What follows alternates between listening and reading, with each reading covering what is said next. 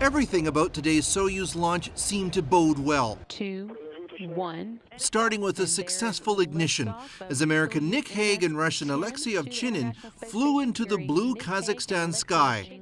But then, just under 2 minutes in, the booster rockets failed, triggering an automatic emergency mission abort. The men's descent module separated from the rest of the rocket, but rather than a slow, controlled ride back to Earth, they did what's called a ballistic descent, much steeper, faster, and a much rougher ride, say those who've trained for it. It's like shooting a bullet out of a rifle barrel. The crew would have experienced just a fairly benign amount of rotation, about 6 to 7 times Earth's gravity, which is not insignificant. The men made it to the ground in good shape and later got some precautionary medical attention. The Soyuz launch is a high-profile failure for what has been Russia's most reliable space technology for decades. The implications for Canadian astronaut David Saint-Jacques will likely be significant.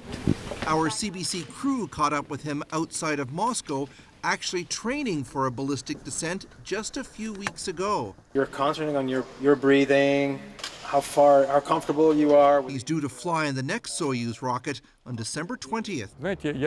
But Russian space analyst Vadim Lukashevich doubts it's possible to do an investigation and still keep that timetable. If it was somebody's mistake, they'll fix it, he says, and will continue to fly, a month or two delay. If it's something more fundamentally wrong with production, it could be longer. That means an indefinite stay for the 3 astronauts already on board the International Space Station and a need to replace them.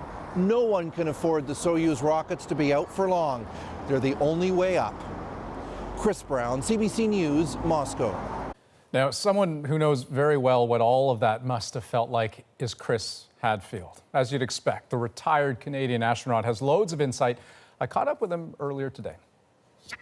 So take me on board that spacecraft, what those 2 astronauts were seeing, hearing, but also thinking and doing. During a launch, there are a few critical moments. One is as you go from one set of rockets to another, from the first stage to the second stage, you're really focused. As that was happening, the vehicle started shaking wildly, and you could see there was a deceleration. So the crew's like, okay, we got a serious engine problem. They're looking at the displays, they're getting out the manual controls, they're digging into the checklist, making sure they're going to follow all the next steps. It's something you're hyper trained for. You're super aware. Nothing else in the universe matters, but what's right in front of those guys, that's what they were thinking. And how much control do they have in that moment? You can take over and fly the thing manually all the way to Earth. In fact, that's what we trained to do. I was trained on my flight to fly it back all by hand, this big controller. But if you just put it into ballistic mode, if you just let it sort of lob itself back to Earth like a ball, that's eventually, it's a little higher force on the body, but it's simple. That's what they did. So the crew on the ISS, what is their thought process now? Because they're weighing all their options. They're not entirely cut off, right? No, their ship is docked. They can come home anytime they need to if they have an emergency.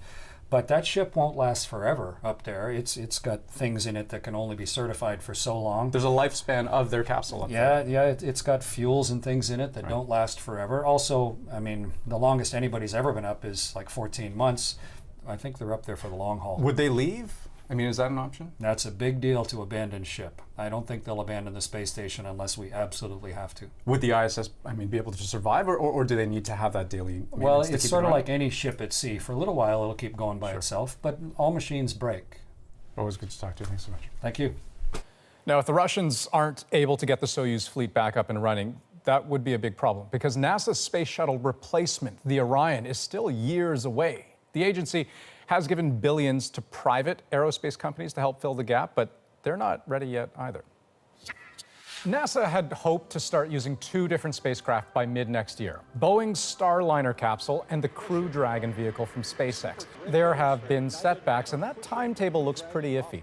The Crew Dragon's first manned test flight has been bumped from April 2019 to June, while the Starliner's first flight, with people on board, has also been rebooked from early summer to August. Still, NASA remains cautiously optimistic that one or both will be ready for manned missions to the ISS by the end of next year.